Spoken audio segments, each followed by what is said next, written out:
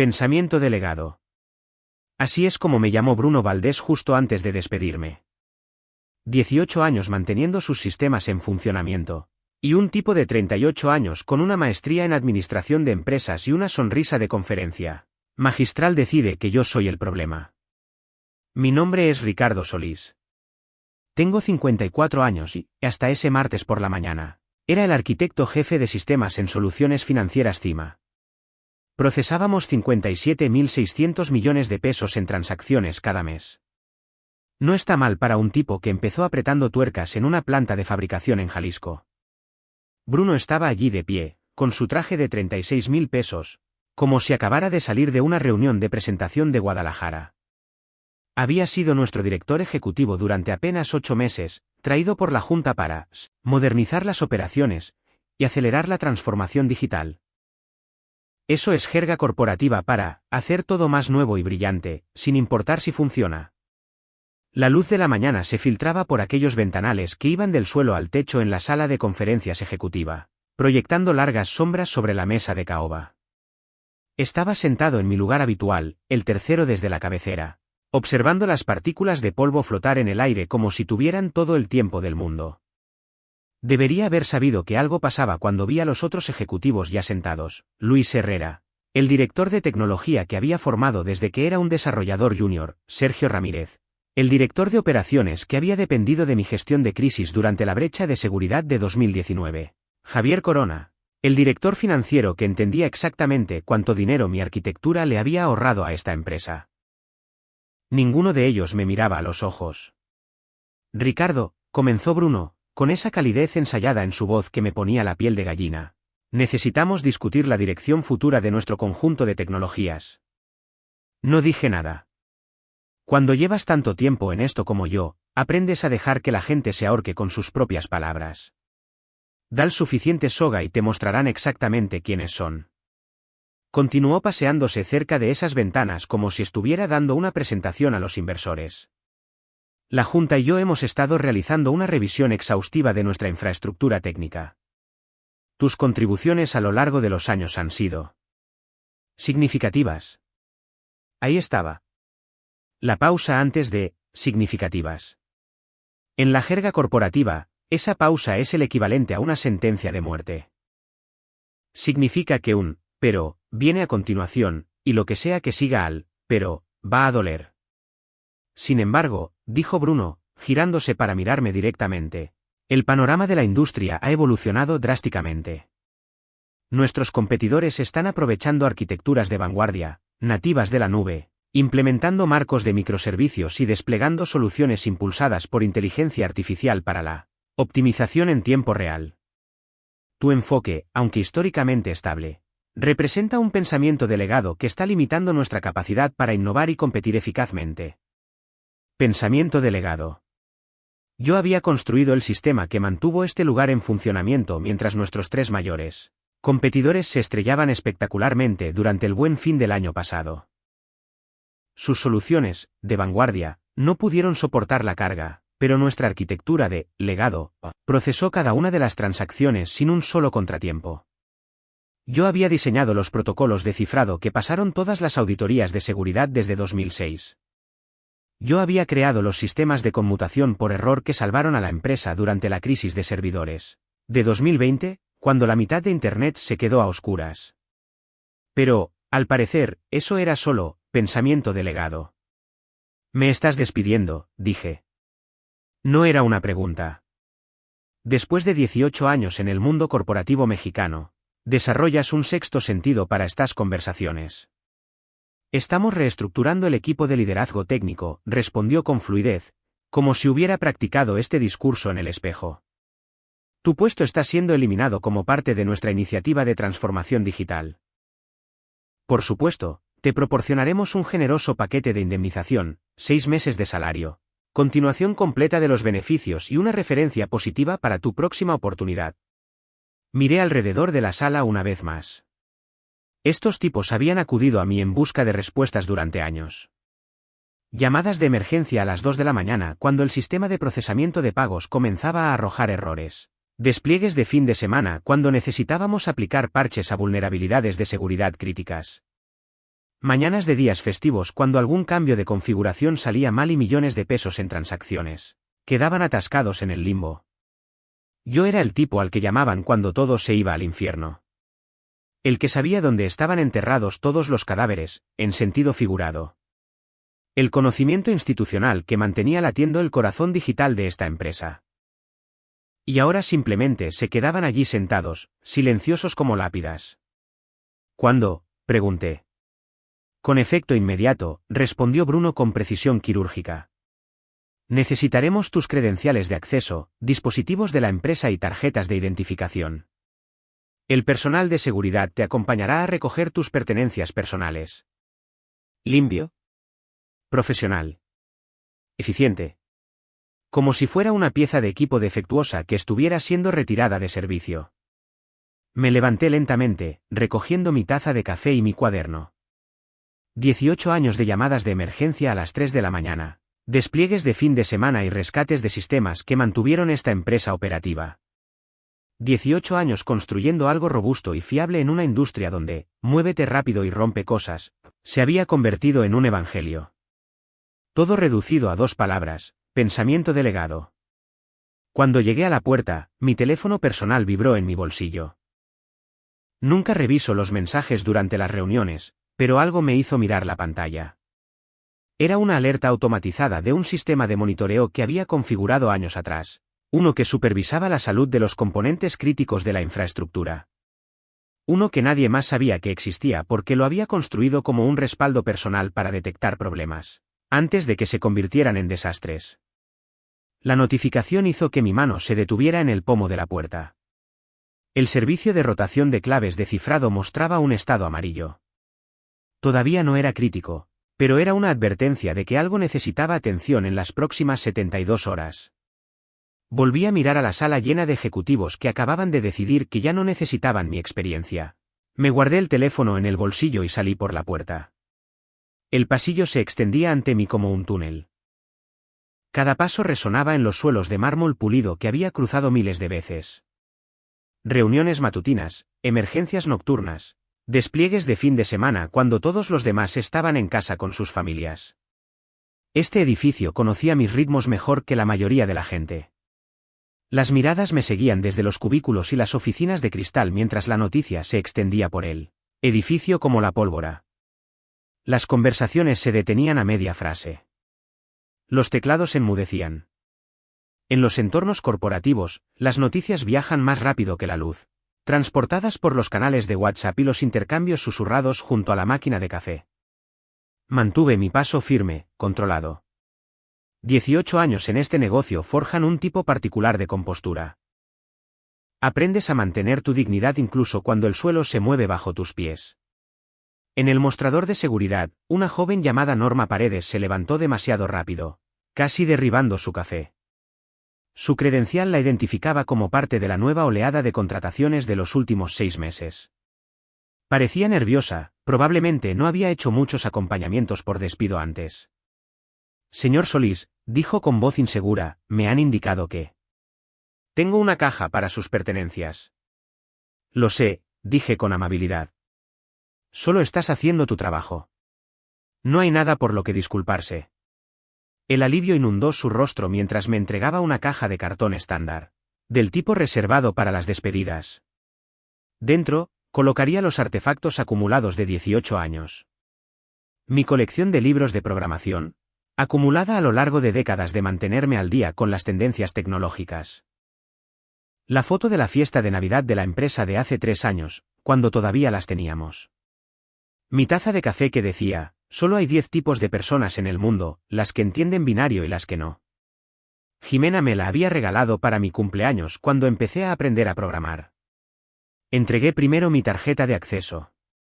Ese trozo de plástico me había permitido pasar por todas las puertas de este edificio durante casi 2 décadas. Se sentía más ligero de lo que debería, considerando la parte de mi vida que representaba. Luego, mi teléfono de la empresa, cifrado y con años de notas, diagramas de arquitectura y listas de contactos de emergencia. No es que importara, podría recrear la mayor parte de esa información de memoria si fuera necesario. La ironía no se me escapaba. Me estaban quitando el acceso a los sistemas que había construido, la documentación que había creado, el conocimiento institucional que había acumulado. Pero no podían quitarme lo que estaba en mi cabeza. Y acababan de tomar una decisión muy cara basándose en la suposición de que lo que estaba en mi cabeza ya no era valioso. Ricardo. La voz vino de detrás de mí mientras terminaba de empacar mis objetos personales. Me giré para ver a Luis Herrera acercándose, con la apariencia de un hombre que camina hacia su propia ejecución. Había sido mi protegido una vez, cuando se unió como un desarrollador junior con más entusiasmo que experiencia. Había pasado incontables horas enseñándole los fundamentos de la arquitectura de sistemas, mostrándole cómo pensar en escalabilidad, seguridad y fiabilidad. Acabo de enterarme, dijo, con la voz apenas por encima de un susurro. Bruno no me consultó sobre esta decisión. Habría luchado contra ella si lo hubiera sabido. ¿Lo habrías hecho?, pregunté, manteniendo mi tono uniforme. Porque estaba sentado justo ahí cuando hizo el anuncio. No oí mucha lucha. Dudó, y esa duda me dijo todo lo que necesitaba saber sobre dónde residían realmente sus lealtades. La Junta tomó la decisión, dijo finalmente. Bruno la presentó como algo ya determinado. Las decisiones solo están determinadas hasta que alguien con autoridad las cuestiona, respondí. Pero tú no la cuestionaste, ¿verdad? Demasiado ocupado protegiendo tu propio puesto. Luis miró más allá de mí, hacia los ascensores y la infraestructura que zumbaba invisiblemente detrás de cada pared de este edificio. Los servidores en el sótano que procesaban millones de transacciones diarias. Los conmutadores de red que enrutaban datos por todo el mundo. Los sistemas de respaldo que aseguraban que nunca se perdiera nada. Todo ello diseñado e implementado bajo mi supervisión. Ricardo, ¿quién va a gestionar la plataforma principal? ¿El motor de procesamiento de pagos? ¿Los protocolos de cifrado? ¿Los sistemas de conmutación por error? Eso, dije, ya no es mi problema. Aprobaste esta reestructuración al permanecer en silencio cuando importaba. Pude verle intentando formular una respuesta que de alguna manera lo absolviera de responsabilidad mientras mantenía seguro su propio trabajo. Las acrobacias mentales de la supervivencia corporativa. Por favor, dijo finalmente, subamos. Podemos hablar con Bruno juntos. Explicar los riesgos de esta transición. Quizás podamos llegar a un acuerdo. Los riesgos siempre estuvieron ahí, Luis, interrumpí. Todo sistema tiene riesgos. La pregunta es si los entiendes lo suficientemente bien como para evitar que se conviertan en desastres. Y basándome en esta conversación, supongo que no. Recogí mi caja de pertenencias y me dirigí a la salida. Detrás de mí, podía oír a Luis llamándome por mi nombre, pero no me di la vuelta. Algunos puentes se queman, quieras o no. Afuera, la ciudad se movía con su habitual ímpetu indiferente. Los coches circulaban por el tráfico. La gente se apresuraba por las aceras absorta en sus propias preocupaciones y los camiones de reparto hacían sus rondas. El mundo no se detiene cuando tu identidad profesional se disuelve. Simplemente sigue girando, y o encuentras el equilibrio o te quedas atrás. Me quedé allí un momento, con la caja de cartón bajo el brazo, sintiendo el peso de 18 años asentándose sobre mis hombros. No era tristeza exactamente, y tampoco ira. Algo más claro que ambos. Una comprensión cristalina de lo que venía después. Mi teléfono personal sonó antes de que hubiera llegado a mi coche. Ricardo Solís, contesté. Señor Solís, soy Miguel Torres de Sistemas Financieros Cúspide. Llevamos años siguiendo su trabajo. Entendemos que podría estar considerando nuevas oportunidades. Casi sonreí. La red de rumores corporativos se mueve rápido en el mundo de la tecnología financiera. ¿Qué le hace pensar que estoy disponible? Fuentes de la industria, respondió diplomáticamente. Las noticias viajan rápido en nuestro sector. Estamos construyendo una infraestructura de pagos de próxima generación y necesitamos a alguien que entienda que la innovación sin estabilidad es simplemente un fracaso costoso. Esa fue la primera cosa inteligente que había oído en todo el día. La mayoría de las empresas persiguen las últimas tendencias sin entender los fundamentos. Quieren moverse rápido y romper cosas, pero en los servicios financieros, romper cosas significa perder dinero, violar regulaciones y destruir la confianza. Hábleme de su arquitectura actual, dije, desbloqueando mi coche pero sin entrar todavía. ¿Sinceramente? Es un desastre, admitió Miguel. Estamos procesando unos 9.000 millones de pesos en transacciones diarias, pero estamos planeando una expansión internacional, primero Europa, luego Asia-Pacífico. Nuestra infraestructura actual sigue cediendo bajo las pruebas de carga. Intentamos migrar a microservicios el año pasado, pensando que eso resolvería nuestros problemas de escalabilidad, pero solo creó nuevos. Error clásico. Lo había visto docenas de veces a lo largo de los años. Las empresas leen sobre la arquitectura de Netflix o Amazon en algún blog de tecnología y asumen que pueden copiarla sin entender el contexto. Creen que los microservicios son una bala de plata para todos los problemas de rendimiento. Los microservicios no son mágicos, le dije. Introducen complejidad, sistemas distribuidos que son más difíciles de depurar, más difíciles de asegurar, más difíciles de mantener. Si tu monolito está fallando, generalmente se debe a cuellos de botella específicos en tu capa de datos o lógica de procesamiento, no porque el enfoque arquitectónico completo sea fundamentalmente erróneo. Exactamente lo que necesitábamos oír, respondió Miguel. Necesitamos a alguien que sepa que lo más nuevo no es automáticamente mejor. Alguien que entienda que en los servicios financieros, la fiabilidad lo supera todo. ¿Podemos programar una reunión? Estamos preparados para ofrecer un puesto de arquitecto senior con participación en el capital y autoridad técnica completa sobre las decisiones de infraestructura. Envíeme los detalles, dije. Los revisaré y le responderé. Después de colgar, me senté en mi coche durante un buen rato, con el motor apagado, observando el edificio de cima a través de mi parabrisas. 18 años. Les había dado 18 años de noches, fines de semana, días festivos y cenas familiares interrumpidas por llamadas de emergencia. Me había perdido la graduación de preparatoria de mi hijo por un fallo crítico del sistema que requería mi atención inmediata. Había cancelado unas vacaciones a Cancún que Jimena y yo habíamos estado planeando durante meses por una auditoría de seguridad inesperada.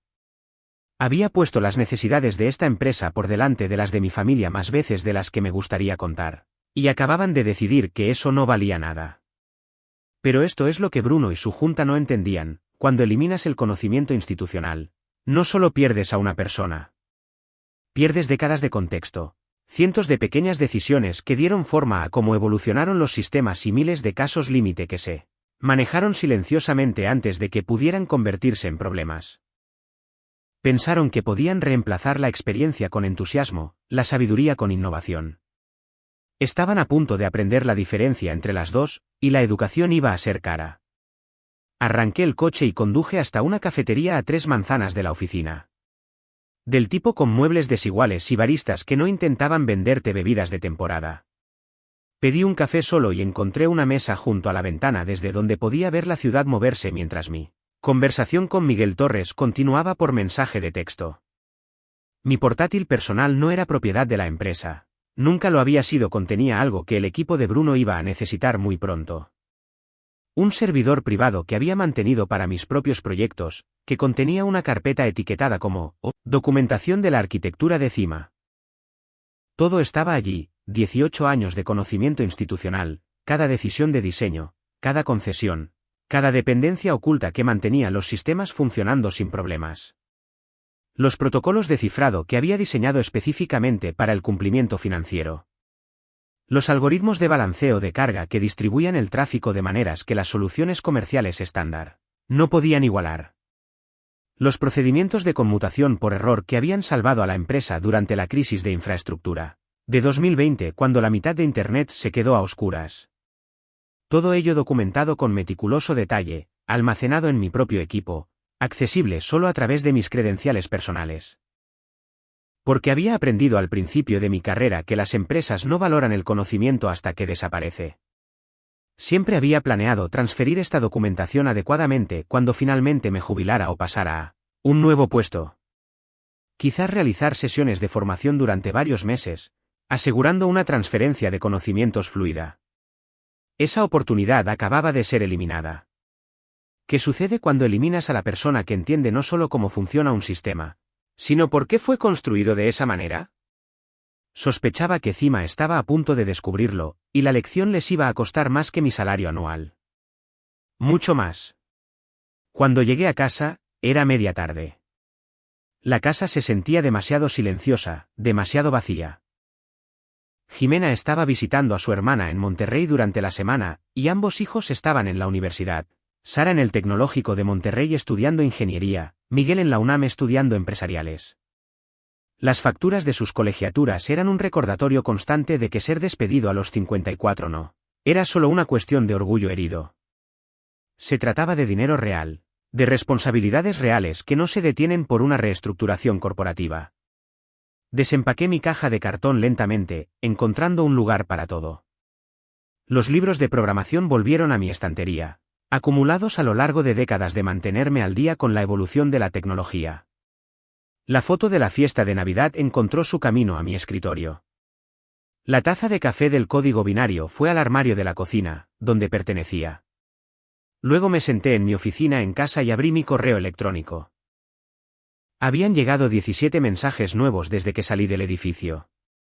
3 de reclutadores que de alguna manera se habían enterado de mi partida en cuestión de horas. La red de rumores de la industria de la tecnología financiera se mueve a la velocidad de la fibra óptica. 2 de antiguos compañeros expresando simpatía e indignación. 1 de algunos de los ingenieros a los que había sido mentor a lo largo de los años, preguntando si había algo que pudieran hacer. Y 1 del departamento legal de Cima con el asunto, acuerdo de indemnización y obligaciones post-empleo. Abrí ese primero. Lenguaje de protección corporativo estándar. Cláusula de no competencia que limitaba dónde podía trabajar durante los próximos 12 meses. Acuerdo de no descrédito que me impedía hablar negativamente de la empresa. Cesión de propiedad intelectual que confirmaba que todo lo que había creado durante mi empleo pertenecía a Cima. Lo leí con atención, profesionalmente. Esto es lo que Bruno y su equipo legal habían pasado por alto en su prisa por higienizar mi partida.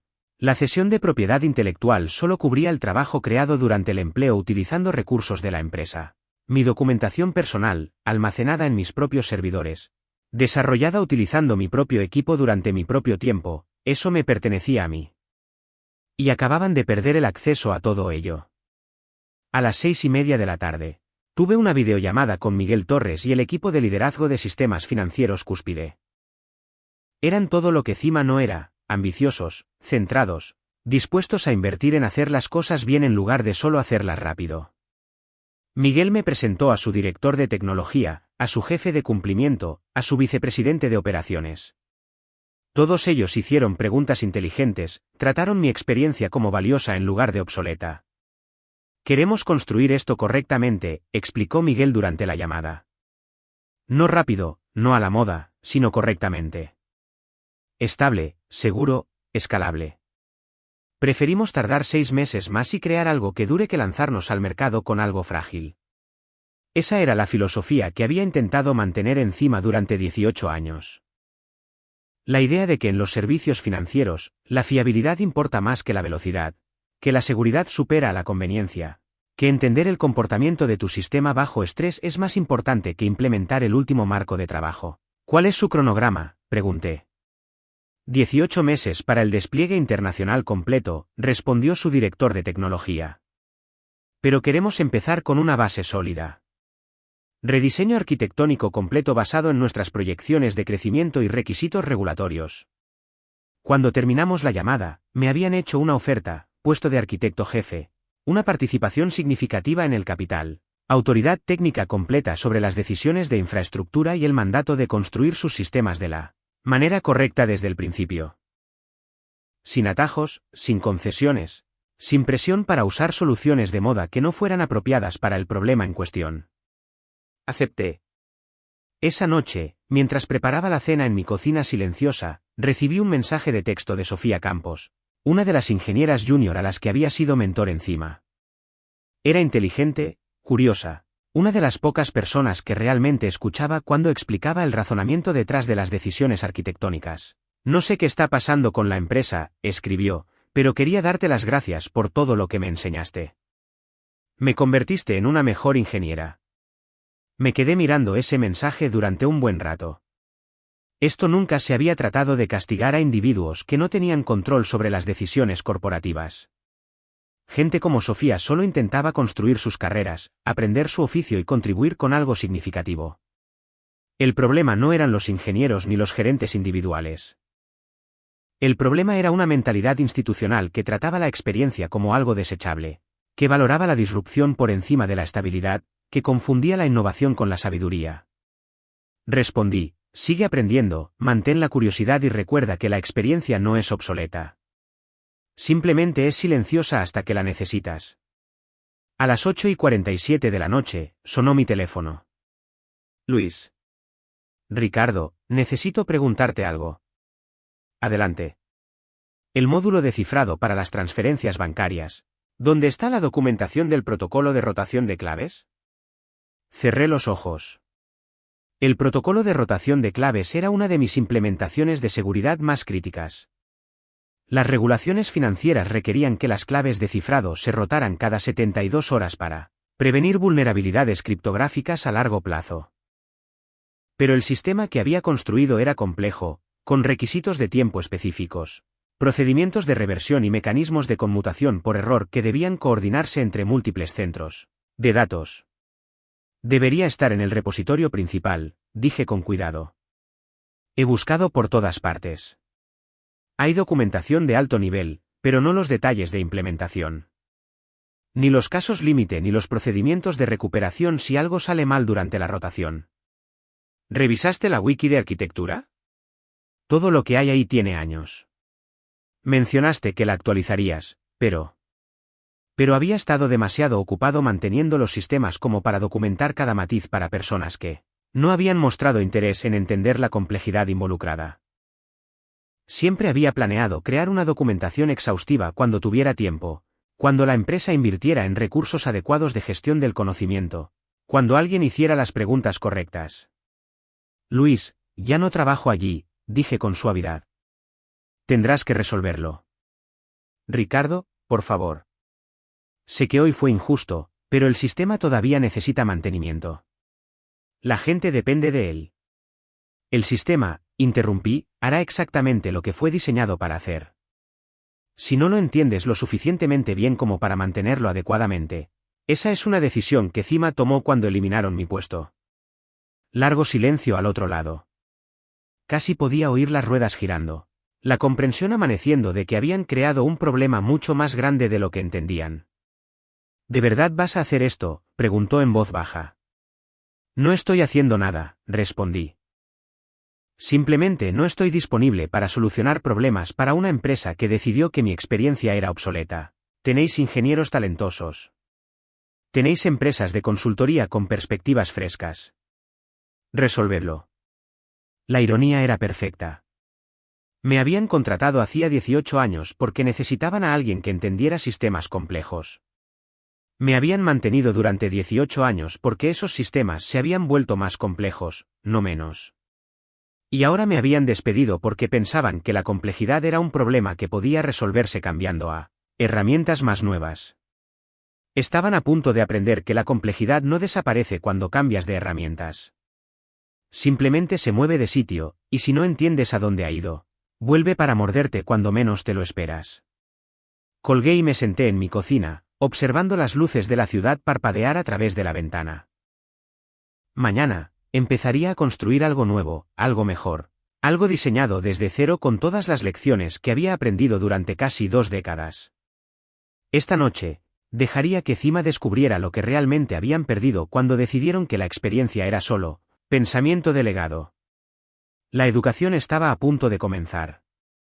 El primer incidente grave ocurrió a las 11:32 de la noche de ese mismo día.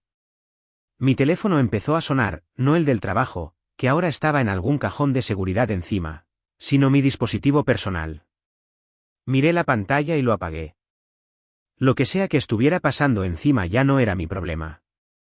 Me fui a dormir. La mañana siguiente llegó con una sensación de inevitabilidad. Me desperté a las 5:30, preparé café y revisé las noticias financieras en mi tableta antes de mirar mi teléfono. 3 importantes publicaciones de la industria ya se habían hecho eco de la historia. Soluciones Financieras Cima experimenta una interrupción importante del servicio. Plataforma de tecnología financiera se enfrenta a una interrupción inexplicable. Procesador de pagos caído durante más de 12 horas. 12 horas. Eso era más de lo que había anticipado. O estaban siendo extremadamente cautelosos, o estaban más perdidos de lo que había imaginado. Volví a encender mi teléfono. 47 llamadas perdidas, 63 mensajes de texto, 21 mensajes de voz. No escuché ninguno de ellos. En su lugar, me vestí. Conduje a las oficinas de sistemas financieros Cúspide y comencé mi primer día oficial como su arquitecto jefe. El contraste fue discordante. Donde Cima se había vuelto burocrático y reacio al riesgo, Cúspide era enfocado y decidido. Donde Bruno había descartado la experiencia como obsoleta, Miguel Torres la trataba como su activo más valioso. Queremos aprender de los errores de otros en lugar de cometer los nuestros, me dijo Miguel durante nuestra reunión matutina. Construir algo que funcione de manera fiable desde el primer día, no algo que se rompa de maneras interesantes. Esa filosofía te habría valido las risas en la mayoría de las salas de juntas de Guadalajara. En la tecnología financiera, era la diferencia entre el éxito y la catástrofe. Alrededor de las 10:30 de la mañana, mi teléfono sonó con un número que no reconocí. En contra de mi buen juicio, respondí. Señor Solís, soy Mónica Garza de la Junta Directiva de Cima. Necesitamos hablar con usted urgentemente. Nivel de Junta Directiva. La situación había escalado más allá de la capacidad de Bruno para contenerla. Estoy en medio de mi primer día en un nuevo puesto, dije. Quizás podamos programar algo para la próxima semana. Señor Solís, toda nuestra plataforma ha estado caída durante 14 horas. Estamos perdiendo millones de pesos por hora. Nuestros clientes amenazan con rescindir sus contratos. Necesitamos su ayuda de inmediato. ¿Qué pasó con Asesores Ascenso?, pregunté. ¿La firma de consultoría con todas esas perspectivas frescas y soluciones modernas? Han estado trabajando toda la noche. No pueden resolver los problemas centrales. ¿Y su equipo interno? Luis es un director de tecnología capaz. Les falta información crítica sobre la arquitectura del sistema. Protocolos de seguridad, procedimientos de conmutación por error, configuraciones de cifrado.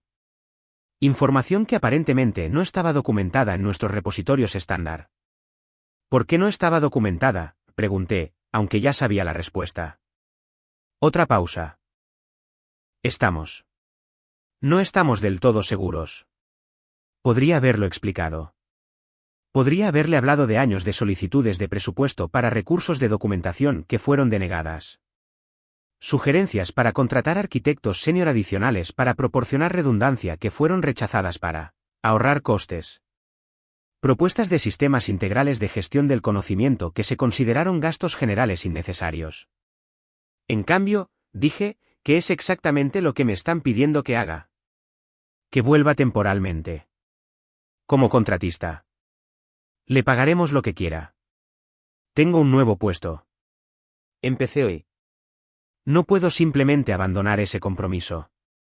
Por favor, señor Solís, entendemos que hubo errores en cómo se manejó su partida. Pero ahora mismo, tenemos 300.000 empleados que no han recibido su nómina. Y nuestros fallos en el procesamiento de pagos podrían desencadenar investigaciones regulatorias. Investigaciones regulatorias. Esa era información nueva. La situación era peor de lo que había pensado. ¿Cuál es su oferta?, pregunté. Diga sus condiciones. Lo pensé detenidamente. No por el dinero, sino por el mensaje que esto enviaría a todas las empresas que tratan a los profesionales con experiencia como productos desechables. 36.000 pesos por hora, dije. Compromiso mínimo de 100 horas, pago por adelantado. Y no reporto a Bruno. Reporto directamente a la Junta con autoridad final sobre todas las decisiones técnicas durante el compromiso. Eso es. Esos son 3.600.000 pesos solo por el anticipo. Ese es el coste de la experiencia de emergencia, respondí. Es considerablemente menos de lo que están perdiendo por hora de inactividad, y probablemente una fracción de las multas regulatorias que enfrentarán si esto continúa mucho más tiempo. Conversación ahogada, manos sobre los teléfonos, susurros urgentes de fondo. Aceptamos sus condiciones, dijo Mónica. ¿Cuán pronto puede empezar? Necesito discutir esto con mi nuevo empleador. Si están dispuestos a cederme para esta emergencia, y eso es un gran sí, podría empezar potencialmente mañana. Pero quiero ser absolutamente claro. Este es un compromiso limitado para restaurar el servicio y transferir conocimientos. No voy a volver de forma permanente. Entendido. Haremos redactar los contratos de inmediato. Después de colgar, encontré a Miguel Torres y le expliqué la situación. Para su crédito, escuchó sin interrumpir. ¿Qué quieres hacer?, preguntó cuando terminé. ¿Sinceramente? Una parte de mí quiere dejar que sufran todas las consecuencias de su decisión. Tomaron una decisión calculada de que la experiencia era prescindible. Ahora están aprendiendo el coste real de ese cálculo. Miguel asintió pensativamente. ¿Pero?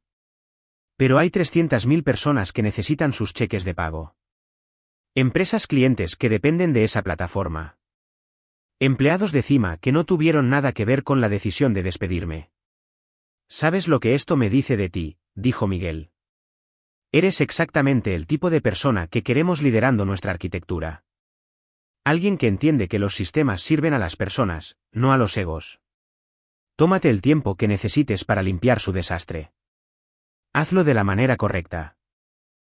Estaremos aquí cuando termines. Pasé el resto de la tarde redactando un contrato detallado con la ayuda de un amigo abogado. Los términos eran explícitos: acceso total a todos los sistemas, autoridad técnica completa, sin interferencia de Bruno ni del equipo de consultoría, y un plan integral de transferencia de conocimientos que llevaría un mínimo de 4 semanas ejecutar correctamente. Para las 6 de la tarde, el equipo legal de Cima había firmado todo y había transferido el anticipo de 3.600.000 pesos a mi cuenta. Volví en coche al edificio de Cima esa noche. El aparcamiento estaba más lleno de lo habitual para las 7 de la tarde. Claramente, la crisis tenía a todo el mundo trabajando hasta tarde. El edificio se veía igual desde fuera, pero se sentía diferente. Había una tensión en el aire, una desesperación que parecía zumbar a través del sistema de ventilación. Luis me recibió en el mostrador de seguridad. Parecía exhausto, con los ojos hundidos, como si no hubiera dormido desde nuestra conversación de la noche anterior. Gracias por volver, dijo en voz baja. No he vuelto, corregí. Estoy aquí como contratista para resolver una crisis y transferir conocimientos. Nada más. Me llevó al centro de operaciones, donde media docena de ingenieros estaban encorvados sobre sus estaciones de trabajo, probando enfoques que podía ver que eran fundamentalmente erróneos. Los mensajes de error se desplazaban por múltiples pantallas. Los paneles de estado mostraban alertas rojas en todos los sistemas críticos. Que todo el mundo pare, dije, no en voz alta, pero con una autoridad inconfundible. La sala se quedó en silencio. Los ingenieros levantaron la vista, algunos con alivio, otros con resentimiento por haber sido interrumpidos en su trabajo. Necesito entender exactamente qué han intentado y en qué estado se encuentran los sistemas. Nadie toca nada hasta que haya completado mi evaluación. Un comando equivocado en este punto podría empeorar la situación exponencialmente. Durante las siguientes 4 horas, realicé un análisis forense de lo que había salido mal y de cómo los intentos bien intencionados pero desinformados de solucionarlo lo habían empeorado. El panorama que surgió fue exactamente el que esperaba. Un fallo en cascada provocado por el sistema de rotación de claves de cifrado, agravado por intentos equivocados de eludir los protocolos de seguridad. La buena noticia, le dije a Luis alrededor de la medianoche, es que los datos están intactos. La mala noticia es que llevará al menos 12 horas restaurar el servicio completo, suponiendo que no salga nada más mal. ¿Puedes hacerlo?, preguntó.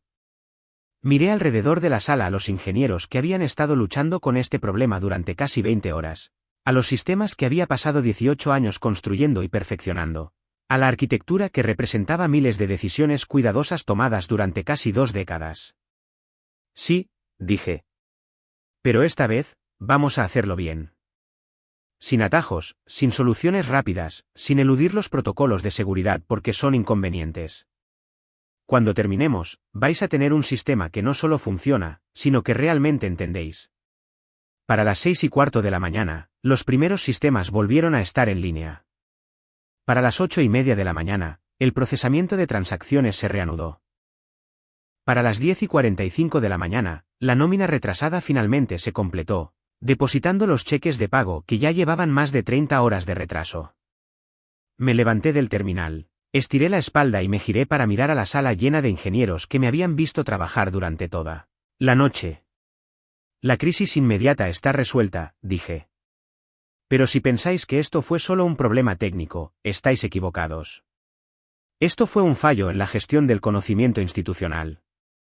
Durante las próximas 4 semanas, vamos a arreglar eso de forma permanente. La lección tuvo un precio, 3.600.000 pesos por mis servicios, millones en ingresos perdidos, relaciones con los clientes dañadas y una investigación regulatoria que probablemente costaría aún más. Pero la verdadera educación acababa de empezar. Habían aprendido que la experiencia no es obsoleta, simplemente es invisible hasta que desaparece. Mientras salía del edificio esa mañana, viendo el amanecer pintar la ciudad con tonos de oro y ámbar, me di cuenta de algo importante. En realidad, esto no era una historia sobre venganza. Era una historia sobre el valor de la experiencia, el valor del conocimiento institucional y el valor de entender que algunas cosas no pueden ser reemplazadas por alternativas más nuevas y brillantes. A veces, la lección más cara es la que te enseña lo que tenías desde el principio. El verdadero legado no es el código que escribes, es la sabiduría de saber cuándo no escribirlo en absoluto.